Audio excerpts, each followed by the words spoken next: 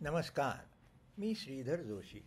आपण पाहतात video channel कर्मचारी व अधिकारी मित्र.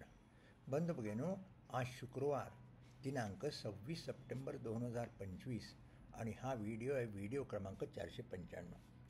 मित्रांनो, आजच्या व्हिडिओमध्ये आपण सर्वोच्च न्यायालयाने भारत सरकार विरुद्ध शंकर अप्पा या प्रकरणामध्ये एक महत्त्वपूर्ण निर्णय नुकताच म्हणजे 25 जुलै 2025ला दिला आहे. त्या निर्णयाची आपण चर्चा करणार आहोत. मित्रांनो, आपल्याला कल्पना आहे की किरकोळ शिक्षा देण्याचे अधिकार असलेले प्राधिकरण जबर शिक्षेसाठीचे दोषारोपपत्र निर्गमित करू शकतो का? तर सर्वोच्च न्यायालयाने हे या भारत सरकार विरुद्ध शंकर अप्पा या प्रकरणात हे स्पष्ट केलेलं आहे की किरकोळ शिक्षा देण्याचे अधिकार असलेलं प्राधिकरण किंवा असलेला अधिकारी हा शिस्तभंगविषयक अधिकारी असतो. त्यामुळे जरी त्याला जबर शिक्षा देण्याचे अधिकार नसले तरी तो जबर शिक्षेसाठीचे दोषारोपपत्र निर्गमित करू शकतो. तर या प्रकरणामध्ये वस्तुस्थिती काय आपण पाहूया. तर ह्या प्रकरणामध्ये जे प्रतिवादी शंकर अप्पा आहे हे टेलिकॉम डिपार्टमेंटमध्ये सब डिव्हिजनल इंजिनियर म्हणून काम करत होते. बंगलोर येथे काम करते. आता ते काय झालं, एक सेवेत असताना त्यांच्याविरुद्ध एक लाख रुपये लाच घेतली आणि डिस्प्रपोर्शनेट ॲसेट्स म्हणजे स्वतः आपल्या कमावत्यापेक्षा त्यांची अधिक मालमत्ता असल्याचे आरोप त्यांच्यावर झाले आणि त्याबद्दल त्यांच्याविरुद्ध त्यांना शिक्षा देखील झाली. पण त्या शिक्षेविरुद्ध त्यांनी उच्च न्यायालयात अपील केलं आणि त्यामुळे उच्च न्यायालयाने कन्व्हिक्शन स्टे केलं आणि शिक्षा देखील स्टे केली. आता अपील पेंडिंग असताना त्यांच्याविरुद्ध काही 2 डिपार्टमेंटल इन्क्वायरी सुरू झाल्या आणि दोन्ही डिपार्टमेंटल इन्क्वायरीजमध्ये म्हणजे ट्रॅप केला होता त्याबद्दल आणि डिस्प्रपोर्शन ॲसेट याबद्दल. आता याच्याविरुद्ध या शंकर अप्पा जे प्रतिवादी आहेत त्यांनी कॅटमध्ये 6 अर्ज वगैरे केले होते.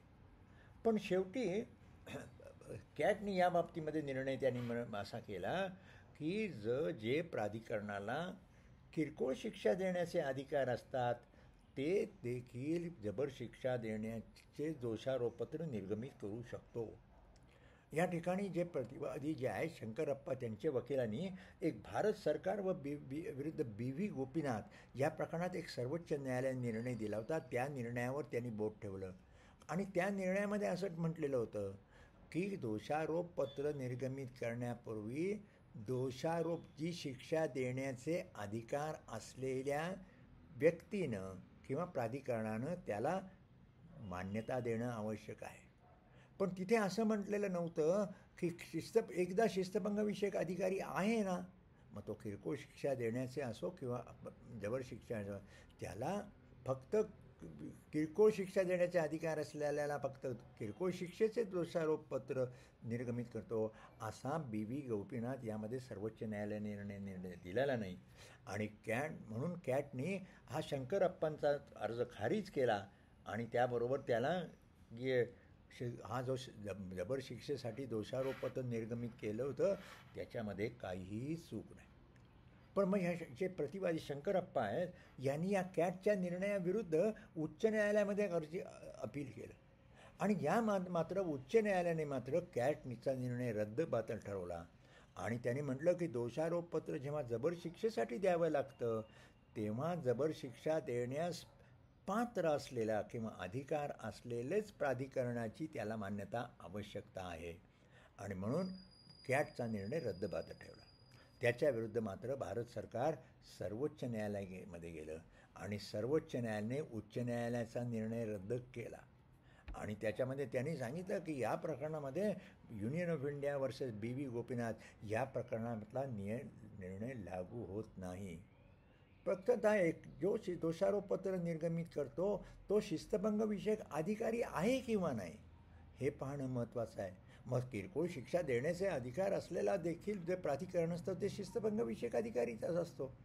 जबर शिक्षा देण्याचे अधिकार असलेले प्राधिकरण देखील शिस्तभंगविषयक अधिकारी असतो आणि म्हणून किरकोळ शिक्षा देण्याचे अधिकार असलेलं जे शिस्तभंगविषयक प्राधिकरण आहे ते जबर शिक्षेचं दोषारोपपत्र निर्गमित करू शकतं. अर्थात नियमामध्ये जशी तरतूद आहे केंद्र कर्मचाऱ्यांच्या बाबतीमध्ये त्यामध्ये स्पष्ट म्हटलेलं आहे की मात्र जबर शिक्षा देण्याचा आदेश जर काढायचा असेल तर तो मात्र जे प्राधिकरणात जबर शिक्षा देण्याचे अधिकार आहेत त्यांनाच आदेश काढावा लागेल.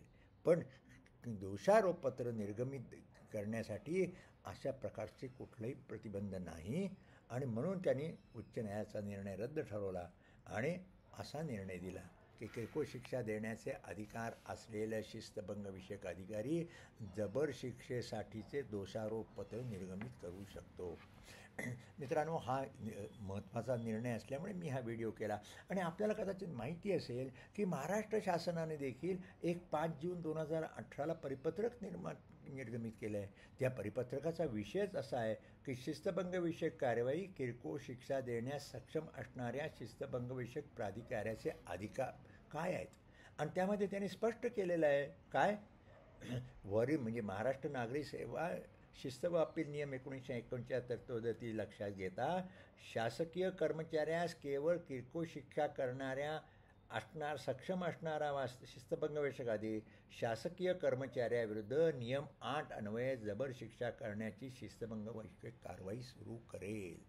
थोडक्यात किरकोळ शिक्षा देण्याचे प्राधिकरण देखील जबर शिक्षेचे दोषारोपपत्र निर्गमित करू शकतो असा परिपत्रक शासनाने देखील काढला आहे. मित्रांनो, हा नुकताच महत्त्वाचा निर्णय होतो आणि अशा वेळी पुष्कळ वेळा काही वेळा जे कर्मचारी असतात ते एखाद्या त्यांना जबर शिक्षेचं दोषारोपपत्र किरकोळ शिक्षा देण्याच्या शिस्तभंगविषयक अधिकाऱ्याने निर्गमित केलं म्हणून मॅटमध्ये धाव घेतात. तर मॅटमध्ये धाव न घेता कारण तिथे मॅटमध्ये हा सर्वोच्च न्यायालयाचा निर्णय लक्षात घेऊन तिथे मॅटमध्ये असे कर्मचारी यशस्वी होऊ शकणार नाहीत. मित्रांनो, हा निर्णय माझ्या दृष्टीने महत्त्वाचा वाटला आणि म्हणून याच्यावर हा छोटासा व्हिडिओ केला आहे.